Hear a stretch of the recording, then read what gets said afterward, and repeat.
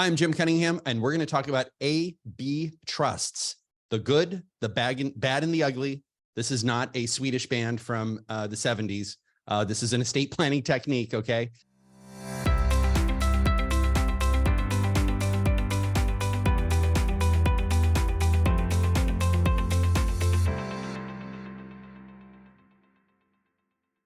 And this, we got to go in the Wayback Machine. I don't know if you watch Rocky and Bullwinkle. I did when I was growing up. Kind of a cool show. They go in the Wayback Machine, and we're going to go way back to 1982. And that's when there was a big tax act under President Reagan. And in 1982, it used to be you could only leave $60,000 without paying death taxes or federal estate tax. Then they raised that to $600,000. Well, in 2023 dollars, which is the year we're in right now, that's over $1 million. So, that it would save you $330,000 in tax or $1 million in 2023 dollars. So this was a real significant tax savings. $330,000 back in 1982 was a lot of money, still is a lot of money. And the reason that people started using these AB trusts is there was a strategy to avoid this death tax. And at that time, death tax was up to 55%. But something really important to understand, laws change. And in 2011, the law changed. It changed in a lot of big ways, so that now, and we'll talk about this, now, since 2011, AB trusts are way overused, okay? And they have, for the vast majority of Americans, probably 97% of Americans, 99% of Americans, they have negative overall tax consequences. So some of the good attributes they have can be done in a more tax efficient manner. But something to understand is when you put assets into a B trust, the fundamental problem, apart from having to do a bunch of stuff as a surviving spouse, so we'll talk about a surviving spouse and a deceased spouse a lot, too often creating a B trust results in negative capital gains tax consequences. Now, for those of you who live in California, you must understand that when you have a capital gain, it is taxed at 20% federally, maximum rate. Recapture depreciation is 25%, but there is also a state tax. There's no capital gains tax in California. It's just straight income, and that's up to 13.3% plus 3.8% net investment income tax. That can push your tax bill up to 37.1% for Californians. So it can be a pretty big, pretty hefty tax bill. I'm a partner at Cunningham Legal. I'm Jim Cunningham. I have over 25 years experience. Next year, it'll be 30, but don't tell anyone. We have offices throughout California. I'm a certified specialist in estate planning, trust, and probate law. I am a real estate broker, securities and insurance license, and a pilot. These are the lawyers in our firm, a great team of lawyers. We're all dedicated to things, estate planning, tax mitigation, real estate. Those all kind of go together in our practice. If you're watching this on YouTube, please subscribe to our channel. You can hit the subscribe button. You can also click the bell, and then it alerts you when these are released. And these are we drop these pretty much every Thursday around 6 p.m. Pacific time, but go ahead and subscribe to YouTube. Disclaimer, I'm a lawyer. I'm talking. Words are coming out of my mouth. This is not legal advice. I should probably call this whole YouTube page, "This is not legal advice," but somebody already got that. Not seriously though, don't watch this and then go out and do a bunch of stuff on your own, homemade. You really do need a savvy lawyer tip, and basically your A-team, which is your lawyer, CPA, financial advisor. We'll talk about that. So what is an AB trust? A lot of people, they see an AB trust and they go, I don't know what you're talking about. This is nuts. What is an AB trust? Well, an AB trust is a type of revocable living trust. Now, if you've watched my other videos or heard our podcast, you've got a bucket with a handle, and that bucket is your trust. And into that trust, into that bucket, you put your stocks, your bonds, your mutual funds, your house, your rental property, your stuff, right? You don't put IRAs, 401ks, 403bs, TSAs, life insurance, annuities. Those stay out of the living trust. So we're only talking about assets that are in the living trust, right? That get divided, right, on the death of the first spouse, which is the death of the deceased spouse. And I'll give you a way to remember the B trust, the A trust, and the B trust, which is which. But here's the bottom line. The reason we did this AB trust split is because it saved federal taxes between 1982 and 2011. That's when federal taxes were 55%. And they came down a little bit in the 2000s, but it's very high rate. So the purpose of this B trust fundamentally is to save on death taxes on the death of the surviving spouse. So if you have Hal and Wanda, Hal dies, it's to save taxes on the death of Wanda. But bear in mind, there's a price. This is the Faustian bargain, right? The Faustian bargain is to pick up the benefit of eliminating the federal estate tax. You swap that for the potential of capital gains taxes, okay? Now, it's very important to understand, we generally can't control the timing of, we can't control the timing of our death. You just die, right? You can control the timing of triggering a capital gain because you only have that when you sell an asset, right? So when you die, you're going to die when you die. Those taxes are due 9 months after your date of death, but you can control when an asset's sold. And our other webinars we've done, we talked about 1031 exchanges and a lot of other tax mitigation strategies. So I would say on the whole, I'd rather pay capital gains taxes than death taxes, but do understand that there is this capital gains tax bill and there's a way to get rid of it. And we'll talk about that. So because the reason is when you have this living trust, this bucket that I talk about, and it divides into two trusts on the death of the first spouse, typically half goes to the survivor and half goes to this other trust that's irrevocable, right? You cannot change it. You cannot amend it. That irrevocable trust, when the surviving spouse dies, the assets in that B trust do not get an adjusted cost basis. Now I'm going to explain something to you. There's a lot of foundational stuff, and then we'll get to some examples. What does that mean? Well, if I buy something for $1 and it goes up to $10 and I die and it's my community property, my wife can sell that thing for $10 and not pay any tax. So she inherits that from me, that $10 item, and then it goes up to 20. And if that's in her estate when she passes away, it's quote taxable in her estate. And I'll get to why that's not such a big deal. If it's taxable in her estate, our kids can sell that for $20 and pay no capital gains tax. So it's called the double step up in basis. So what we're talking about here, this is really, it certainly applies for, frankly, for a lot of Californians. If you're in a separate property state, not so much. And we do talk about that in our other materials. So this living trust splits into two, an A trust and a B trust. So what does A and B mean? The A trust holds the surviving spouse's assets. So if you have Hal and Wanda, they have an estate, they got a $2 million estate, $1 million goes into the A trust for Wanda. The A spouse is the above ground spouse. The A spouse is the alive spouse. So trust A, spouse A is the alive trust, the above ground trust. The B trust holds the deceased spouse's property, and that is the below ground spouse or the buried spouse. So if you're below ground or buried, you're in the B trust, right? Now, this is all Wanda's property because when you die, you don't own anything. You're dead, right? You leave this earth. And so Wanda is the beneficiary of both trusts. So she gets the benefit of both trusts, but they're different terms. So the A trust, typically going to be a revocable trust, meaning she can change it. She can disinherit the kids. The B trust, sometimes Wanda can decide who gets that money when she passes away, but sometimes she cannot. Okay, it just depends on how the trust is written.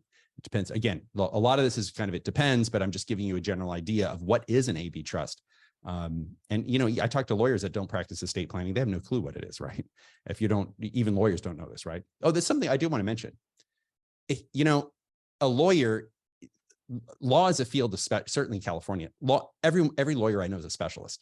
No lawyer is a general practitioner anymore. That just doesn't exist. It's too complicated. So 7% of lawyers practice trust and estate law. It's a very small bar, right? Very small number of lawyers do this. And frankly, it's getting harder and harder to find a lawyer. It's, you know, it's why we're doing these webinars, is to help people find a good lawyer.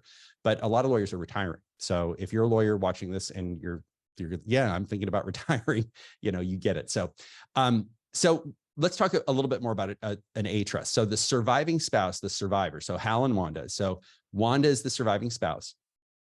She has full control over the A trust assets and can use them any way she wants. She can roll it up in a pipe and smoke it. She can take it to the casino and gamble it away. She can give it to her boyfriend. Who knows? Whatever she wants to do, that's her money. She can do whatever she wants with it. That's going to be trust A. That is going to be the survivor's trust. The surviving spouse can be the trustee of the B trust. Now, remember, this is the buried spouse's half of the money. This is the below ground spouse's half of the money, but they're not always the trustee. It depends how the trust is written. And there are some limitations on access. So she can't just willy-nilly pull it out. Again, if the trust says she can pull it out, They typically don't say that, but she cannot access the money just willy-nilly and take it out and do whatever she wants with it. That's called the B trust, or trust B, the bypass trust, the exemption trust, the credit shelter trust, the disclaimer trust you might see in there. Those are some common names given, but they're all, for our purposes here, they're all a B trust, right? So AB trust is what the lawyers, that's what lawyers call them. The B trust assets are excluded from Wanda's estate, from the surviving spouse's estate. So we have Hal and Wanda. Hal dies. Wanda has her half of the money in the A trust, and Hal's money, his half of the money is in the B trust, like the buried spouse, because Hal's dead, he's below ground. And that money's held for Wanda's benefit. And the money that's in the B trust does not get an adjusted cost basis at death because it is not included in Wanda's estate. It is excluded. And when lawyers will talk about inclusion in the gross estate, meaning your taxable estate for federal estate tax purposes, that sounds bad, but what it does give you is it gives you an adjusted cost basis. So again, Wanda could go out and buy something for $1 and it goes up to $10. If it's in her A trust, no capital gains taxes to the kids if they sell it for $10. But if that same asset is $1 and goes up to $10 in the B trust, the kids are going to be stuck with capital gains taxes of up to 37.1% on the $9 gain. So it's a lot. Those numbers can be really big. And we'll go through an example where the numbers are, they're real. By the way, they're from a real case. And this is a real problem for many, many people, and you'll see why. So here's some more information, sort of the 411 on the B trust. You remember you used to dial 411 for information. Anyway, you have to fund and maintain a B trust. So, Hal dies. Hal and Wanda have been married 50, 60, 70 years.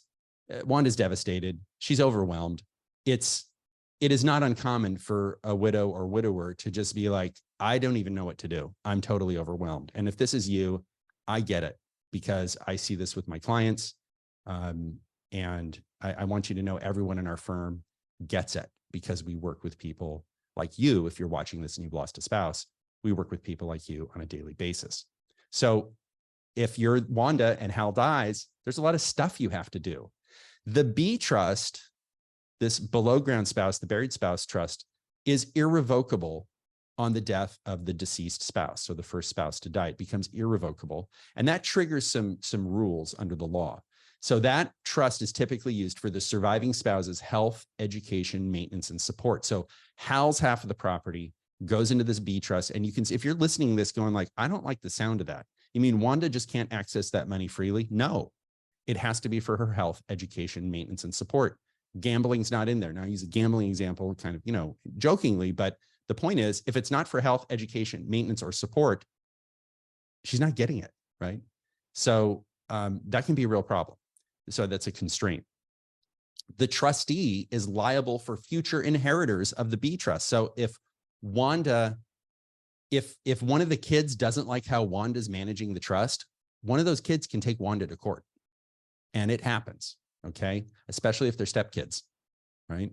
Or maybe they're your own kids, right? And you guys don't get along, whatever it is, but a kid can actually take Wanda into court while Wanda's alive after Hal's passed away. So that is pretty common. The trustee has to provide a copy of the terms of the B trust to the heirs and future beneficiaries, or provides a notice. And then if they ask for the copy of the trust, then the trust has to be provided.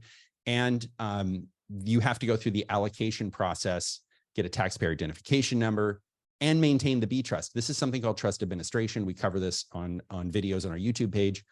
And I would really encourage you to take a look at that if someone's passed away and you're not really sure what's going on here, but take a look at that. So there's a lot of stuff you have to do, and then track assets and keep good records. And it's really important. So if you're a kid, and let's say you're one of Hal and Wanda's kids, and you have a jerk brother, if Hal passed away and you got a B trust and Wanda's alive, but now Wanda maybe has Alzheimer's, dementia, stroke, Parkinson's, something like that, where Wanda's not mentally able to be trustee, and you step in as trustee of that A trust and that B trust, your jerk brother can really make your life miserable, because your jerk brother has something called standing, which is the ability to haul you into court and question your handling of the funds. And so we cover this quite a bit in other videos, but one thing is, just do yourself a favor. If you're a trustee, do not withdraw cash from an ATM. That is the single worst thing you can do. And again, it's not legal advice. This is information, but you really just probably want to avoid that. So let's say Hal and Wanda Hal's not dead. He's not the below ground spouse. If you're a Hal and Wanda couple and you go, Jim, I'm listening to this stuff, I don't really like the way this sounds. This just sounds horrible. Then there's something you can do about it. So if you're both alive, right, no one's dead, you can change it. It's a revocable trust. So in our example, Hal and Wanda make a trust in 2003, and it's an AB trust because in 2003, guess what? That's what we did. We did AB trusts all the time. And then Wanda learns that the AB trust isn't so good anymore. So what does Wanda do? She says, Hal, I'm taking you by the elbow. We're going down to Cunningham Legal and we're going to fix this. And what they do is they do a restatement. So they take their prior trust with the same date. And this is a pretty straightforward process. It's legal work. So yes, it does involve legal fees, but they come into the office and we amend the trust. We do a big amendment where we amend all the terms of the trust, bring that trust up to date. It's 20 years old. And now Hal and Wanda have an estate plan that's appropriate for their needs, because based on what Hal and Wanda, Wanda watched this webinar or listened to the podcast, and Wanda now says, yeah, this is outdated. I need to fix this. So we can fix that if you're both alive. We'll talk about if Hal's passed away, and that's a slightly different process. So what is so bad about an AB trust? We did talk about the bad, but here's what's really bad about the AB trust is because in 2011, there was a new-ish law passed, right? 2011's, it's a while ago, right? It's not yesterday. But the law was passed and two things happened. One is we got a $5 million estate exemption. So remember I talked about the $600,000 estate exemption in 1982. Well, that went way up to $5 million in 2011. We actually got another $5 million in 2017 during the Trump administration, $10 million, and it's adjusted for inflation. So if you're a couple, you can leave $25.84 million in 2023 tax-free. That's 99% plus of Americans, okay? Many married people who did living trust between 82 and I would say probably 2011 did do an AB split. It may be appropriate for you, and we'll see some later on, we'll go over some examples about why it may be appropriate for you, but for many people it's not, okay? Because the reason a lot of people do it is to avoid the federal death taxes, federal estate tax, but that issue's gone because the exemptions are so big, right? So if Hal and Wanda have a $5 million estate, they don't have to worry about death taxes, right? Because that $5 million is adjusted for inflation, and they each get $5 million. Wanda can inherit Hal's $5 million exemption. Well, right now it's $12.92 million. So if Hal dies in 2023, Wanda has her own exemption, which by the way is getting cut in half in 2026. Okay. So, but she'll still have about 7 million adjusted for inflation.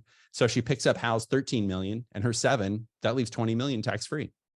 So you can see why, if the purpose of the AB trust was to save death taxes, well, there are no death taxes to save. You're not avoiding any death taxes if your estate's smaller. Now, if your estate's bigger, it's a different story, and we'll talk about that.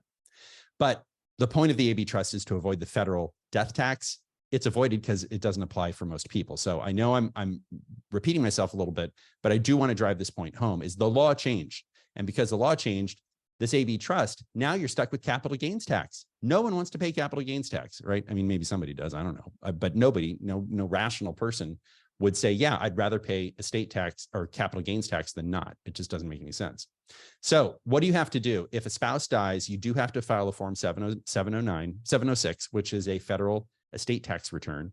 And the surviving spouse typically is the one who signs that, and they use a law firm or an accounting firm. In our firm, we do many of these, what we call portability estate tax returns. We do them for, frankly, pretty much all of our surviving spouses, because why wouldn't you pick up this big exemption? The other thing too is the government, that $5 million exemption could be cut. It could be cut to $1 million. So why wouldn't you use up, or why wouldn't you take advantage of the $12.92 million exemption? It makes sense, right? It's a huge coupon. You can leave a lot of property tax-free. So in 82, remember we started doing AB trust because you could leave 600,000 tax-free and the taxes were 55%. That's a big number. Most people aren't affected by estate taxes anymore. And I would say the focus for many lawyers, I know the focus in our firm for many of our clients has shifted from estate taxes to income taxes and capital gains tax management, quite frankly, because a lot of people have had significant capital appreciation in their assets. I didn't even mention depreciation. So if you're a real estate investor, you know what I'm talking about. But if you have a multifamily building, you're depreciating that on straight line depreciation over 27.5 years. So your basis goes down. So even if the property sells for the same price 10 years later, you're going to have a recapture of depreciation, which is taxed federally at 25%. So it's a little bit higher than normal capital gains tax rates.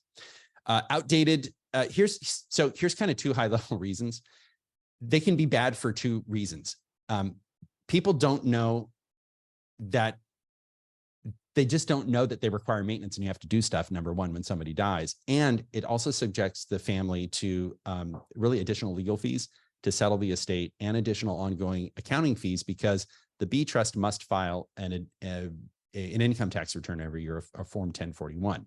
So I would say for most people, the AB trust is kind of a thumbs down. They don't receive the second step up in basis, and then you are stuck with the potential for capital gains taxes following the death of a surviving spouse. So in Hal and Wanda, Hal dies, then Wanda dies. The family with an AB trust very well may be stuck with significant capital gains, and we'll talk about an example here in just a couple of minutes. So what are some good things about an AB trust? Do people even use these anymore? The answer is yes, right? It depends. And I hate to be that lawyer, it depends. But remember, B trusts are not subject to the 40% and 45% death taxes, 45% after 2025. Plus state death taxes. And we'll talk a little bit about that. Capital gains taxes do apply, to the B trust, and they're 37.1% or 42.1% on recaptured depreciation. Larger estates should consider an AB trust. Now, if your estate is, we generally do this for the decade of your age, right? So if you're in your 70s and you've got a $7 million estate, we start looking at this, or in your 60s with a $6 million estate, because I'm assuming that you're both going to live past 2025. And in 2026, we're going to have a $7 million death tax exemption. Okay. So, and your assets will grow over time. That's kind of the idea. So this is an interesting, this is a basis management. So this kind of answers a lot of questions that people had and that have for me, right? In general, like, hey, what about the ABC trust instead of an AB trust? So what is an ABC trust? Well, an ABC trust has the same size A trust. That's going to be the surviving spouse's half of the property. The B trust is an amount. The maximum the B trust can be is the available death tax exemption that Hal, right, we're using Hal and Wanda, that Hal has, right, remaining after lifetime taxable gifts. So let's assume he makes no lifetime taxable gifts. That would be that B trust could be as big as $12.92 million. That means Wanda, if it's funded at $12.92 million, Wanda inherits none of the portability, none of the Hal's death tax exemption over onto Wanda's side. Now, why would we use a C trust? Well, a C trust can be a good alternative, because one of the benefits of a bypass trust is you do have control of the property, sort of the strings from the grave, if you will. But if you're in a second marriage and you say, we've been married 10 years and you've got adult kids, I've got adult kids, you need to live off my half of the money or my separate property or whatever it is, that can go into what's called a C trust, which is also called a Q-tip trust, qualified terminable interest property trust. That is a very technical description for a trust that can provide a benefit to a surviving spouse and only a surviving spouse. And that those assets it could be income only, it could be 5% a year, it could be income in principal in the trustee's discretion. It's however, we decide to write it when working with the client. But when the surviving spouse dies, when Wanda dies in this instance, Hal's assets that went into a C trust do get an adjusted cost basis. This is very, very important because they're included in Wanda's estate. So those assets are includable in Wanda's estate. They get an adjusted cost basis. So for many people, if it's a married couple with a $5 million estate and, maybe Hal's 80 and Wanda's 60 and, Hal's maybe $2.5 million, he's leaving that for Wanda. Let's say Hal passes away at 80. He's leaving that for Wanda. She may live another 30 years, right? And those assets may appreciate over that time or depreciate, right? If it's rental property. And then when Wanda passes away, those assets are included in Wanda's estate. Now, somebody asked me, what about a Clayton election?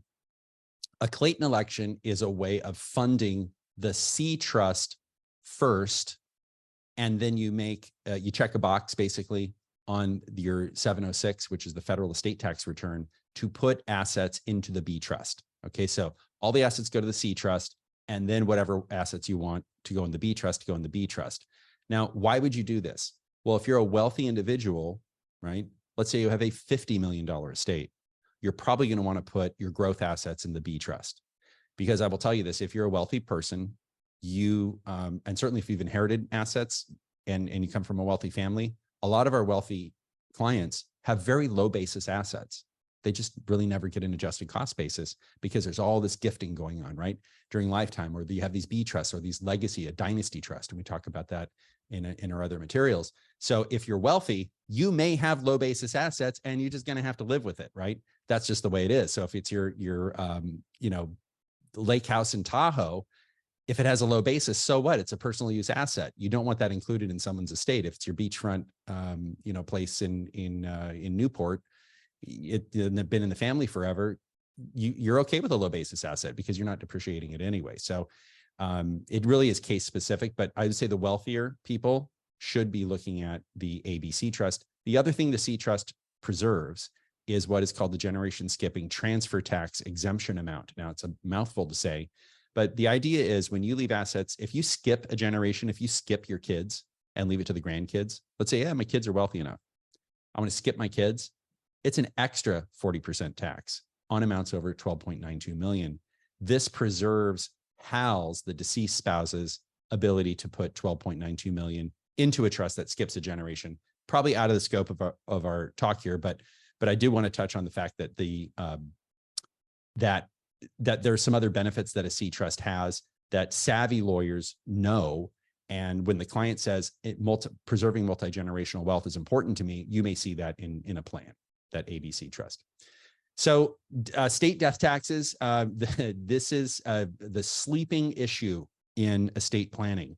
And I will tell you that right now there is no California estate tax. Shocker, don't tell anyone. I think there's legislation pretty much every year to kind of institute a death tax, and it goes absolutely nowhere. Many states have some form of estate or inheritance taxes, or both, and Maryland's one of them. They get you coming and going. And if you plan to move to a state that has an estate or inheritance tax, a B trust could still be a relevant tool. For example, Oregon's exemption is $1 million.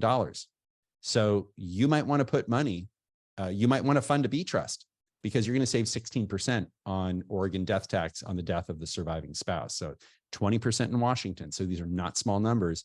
Washington starts a little bit over 2 million. So, Oregon's a great place to live because you don't have to pump your own gas and your registration, your auto registration's low. Washington's a great place to live because there's no state income tax, but both of those states have a death tax. And that's the term. By the way, when I use the term death and estate tax, I'm not using that in a political sense. A lot of people politicize this. Death tax refers to both state and federal taxes that happen at death. So the term death tax, I'm not using it in the political sense. Now, remember, the current estate tax law sunsets in 2025, right? So this $5 million exemption indexed to inflation for 2011, that's all we're going to have in 2026. And we're kind of guessing that's going to be about 7 million. So it's a little, I've got, if you're watching the video here, I've got a little map of all the states that have the inheritance tax. Interestingly, nothing south of Kentucky has an inheritance tax. So again, I mentioned the death tax is going down. Not only is it going to go down to probably 7 million per person, but the tax rate is going to 45. Think about that. 45% on everything over 7 million. What if you have a $10 million estate and a $3 million IRA and a $7 million exemption? I want you to think about this. Just empty your mind. Imagine you have a $7 million house and a $3 million IRA. Pretty simple estate. That estate is going to pay 45% on 3 million. Because 7 million is a freebie, but that extra 3 million, 45%. But it's an IRA. And what happens when you take money out of an IRA? You got to pay income tax. So your kids, if they inherit the house and the IRA, they're going to have to come up with 45% of the 3 million plus income tax at 50.3%. That's over 95% tax. I'm not kidding. 95% tax. That makes people lose their mind. Okay. That's And we covered that on a previous webinar. Crazy.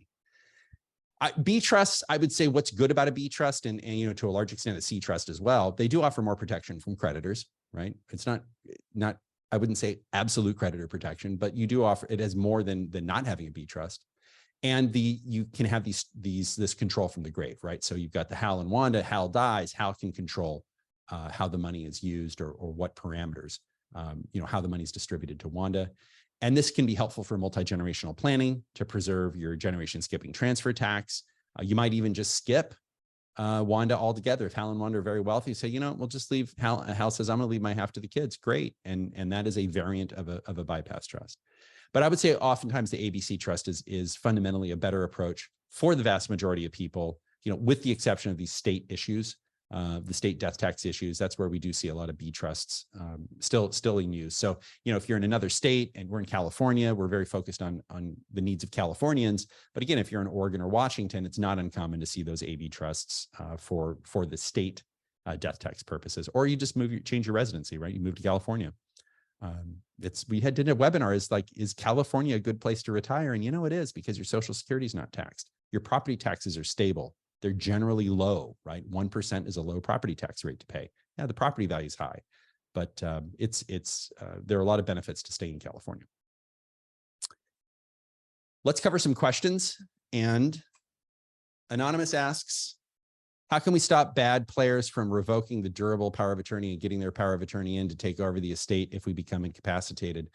Yeah, that's a tough one, Anonymous. And I was on a committee to rewrite powers of attorney. We use a trust protector in trusts, and we're working now on the ability to essentially have a power of attorney protector to remove a bad power of attorney.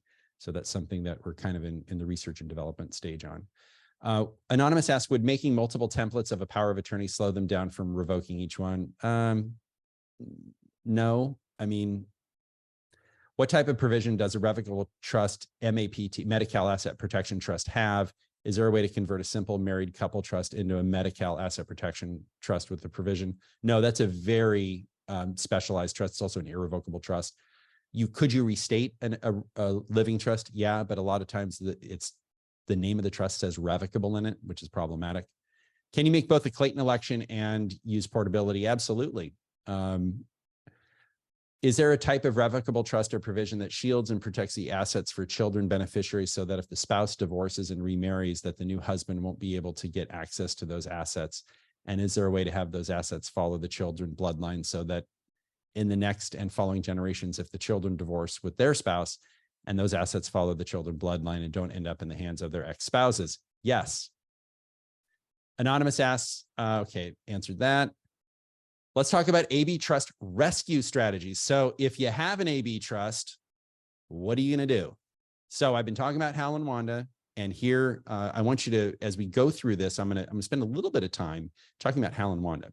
So this can be a big problem if somebody's died. Okay. Now, if Hal and Wanda are both alive, they can just restate their trust. They can amend their trust. I'm presuming that they have mental capacity to do so, but it's not that big of a deal. It's a lot bigger deal if someone's passed away. So let's say Hal and Wanda set up a living trust in 1983, an AB trust, right? And in 2003, Hal died. Hal and Wanda had a $2 million estate. There was a house for $1 million and an apartment building for $1 million. Wanda's half of the property went in. Wanda's half, which we said, well, we'll say her half is the house and Hal's half is the apartment building, right? So the A trust gets the house and the B trust gets half of the apartment building. What happened when Hal passed away? Wanda got what we call an adjusted cost basis. So Wanda started redepreciating the property. So it goes to up $1 million. You don't depreciate the land, you depreciate the structure over 27.5 years. Unless you do cost segregation, you can do it quicker. And she's living off the income. Now, Wanda dies in 2023. The residence has gone from $1 million to $2 million, and the apartment building has gone from $1 million to $2 million as well. The kids sell both properties, and Wanda's house sells for $2 million, no capital gains tax because it gets an adjusted cost basis. Okay. So when the kids come in to see us, they say, well, we want to sell everything and we want our check because we got ants in our pants. We really want to spend this money quickly. Great. Here's mom's proceeds. no taxes, no capital gains taxes, no estate taxes. They're in California, no inheritance taxes, nothing, right? So it goes to the kids. Now the B trust, different problem. Now, what are we going to do on the B trust? Well, if you sell the property, you have recapture of depreciation, right? Taxed at 25% federally, plus up to 13.3% state, and 3.1%, 3.8% net investment income tax, and then 20% on the gain. That comes to about $543,000. So I'm walking you through this example because it highlights the difference between good planning that's paying attention to basis management, cost basis management, and planning that isn't. And I'm going to confess something to you. Lawyers don't know enough about this. All right. It is not common for lawyers to have this, what I just laid out here. A lot of estate attorneys don't understand this. Okay. And that's not good. It's not good for the client because this is very, very important. So what do we do? Like if this is the case, what are some options? Well, Wanda fixes the tax problem that's associated with the AB trust. And so she worked with the lawyer. Everything was done in 2003. She did what she was supposed to do. And then she comes in and she says, I don't want to pay this capital gains tax bill. So we go to court, we go to probate court, we petition the court to terminate the trust, and everyone signs off on it. All the kids are okay with it. That trust terminates. Those assets go to Wanda in her name, really in her survivor's trust, I guess. And then when she dies, you get an adjusted cost basis. That saves the family over $500,000 in taxes. So let me just recap this. If someone's died, you have to go to court to terminate a trust. Now, some lawyers in Northern California, not in Southern California, in Northern California do it by agreement. And they're taking what I believe to be an inaccurate read of the probate code. And they're reading the probate code in a way that I think is not correct. Okay. It is not in the spirit of the law. And what the law says is if someone's died, someone who set the trust up has died, you got to go to court to terminate the trust. You can't do it by agreement. Now, if they're all alive and it's irrevocable, right? This, like, we're not even talking about these kind of trusts here. You can compel a modification of the trust, even a termination, if everyone agrees.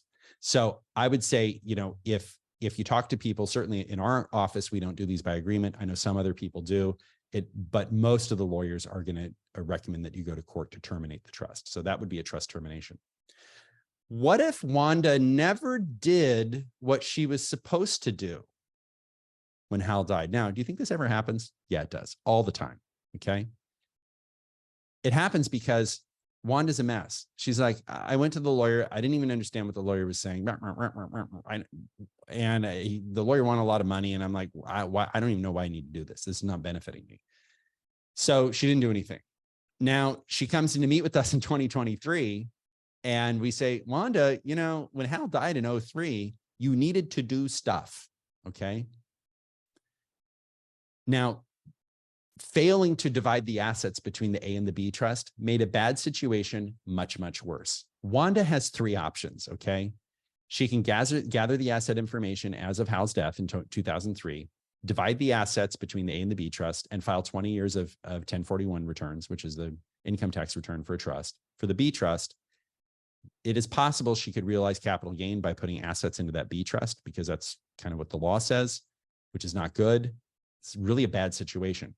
She could go to probate court and terminate the trust, or she can do nothing. Just keep doing nothing. And this is a hot mess that someone else is going to have to fix. Okay. And that's just something that, you know, there are some other strategies that are a little more esoteric, and it may depend on how the trust is written. So sometimes you don't necessarily have to go to probate court, but those are her options. You know, do it, go to probate court and make it so she doesn't have to do it, or do nothing, because doing nothing is always an option, right? You know, if you don't take care of your body, it's going to catch up with you one day, right? This is the same thing. You're not taking care of this. Someone's going to have this mess to deal with. It could be after Wanda's dead, she passes away. Maybe it's her kids. I don't think she wants to do that to her kids. So in conclusion, it is important to review your estate plan. It is important to have somebody pay attention to this. So when Hal passed away in 2003, Wanda needed to do a lot of stuff. It's based on the nature of the assets. You know, is it an IRA? which is not a trust asset, well, then maybe, if it's all they had was IRAs, there's nothing to split in the AB trust, right? You have to look at the terms of the trust. Is it an AB split or not? What type of AB split is it? Is it ABC? There's also ABCD, right? You can go on and on and on. And you have to look at state and federal law. Most people, I will say, most people who lose a spouse, totally overwhelmed. And even what a lawyer might view as a simple estate or a CPA might view as a simple estate can really be complex to someone who's not accustomed to seeing it. And we get it, right? And if you're watching this and you go, wow, that's me, I'm totally overwhelmed. We care about our clients. The reason we get up and come to work every day is to take care of people, right? And that's what we strive to do with our clients, right? We want to take care of our clients. So I would suggest that you consider meeting with a savvy estate planning attorney. It's my book, Savvy Estate Planning. It's why that title is there, what you need to know before you hire the right lawyer. I'd really encourage you to take a look at that. It's on our website and on Amazon. And take a look at your estate plan, because you don't want to overpay on income or capital gains tax. And I will tell you, I met recently with a client who said to me, he said, Jim, just talking to you, I feel like I saved 500 grand. Like we had a 45-minute conversation, because I was just going through the laundry list. If you do this slightly differently, if you tweak that, if you stop doing this, if you move, if you do this from the A bucket instead of the B bucket, whatever it is, it's just this mindset of paying less tax. And that's really, I'm thoroughly convinced, by the way, that taxes are going up. Look, we have inflation. That is a form of a tax. We've just gone through this huge inflationary cycle. The money that you're making now, if you make 100 grand 3 years ago and you make 100 grand this year, you're not making 100 grand anymore. That's been taken from you through inflation because everything's more expensive. So taxes, I think taxes are going up. Or they're going up. They're going to 45% in 2026. Even the Republicans are behind the permanent repeal of the state and local tax deduction, right? Just capping it at 10,000. So even if the Republicans are behind raising taxes, we can't keep spending money like that and not raise tax. I'll get off my soapbox. So you schedule a free call. How do you reach out to us? You can schedule a call, and we can chat with you to see if it's a good fit. And if it's a consult, it's a paid consult. Office locations we have in Northern California. We have Bay Area, North Bay, East Bay, and Southern California, Pasadena, and Westlake Village.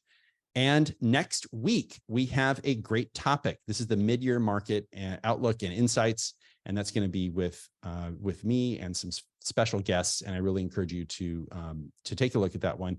We do these periodically. So the beginning of the year, end of the year, just kind of a snapshot, where are things going. We're going to have a great speaker and who will accompany me. And that's going to be a really good opportunity. Go ahead and subscribe to our YouTube channel. It's really easy. Just click subscribe and the bell and you're alerted.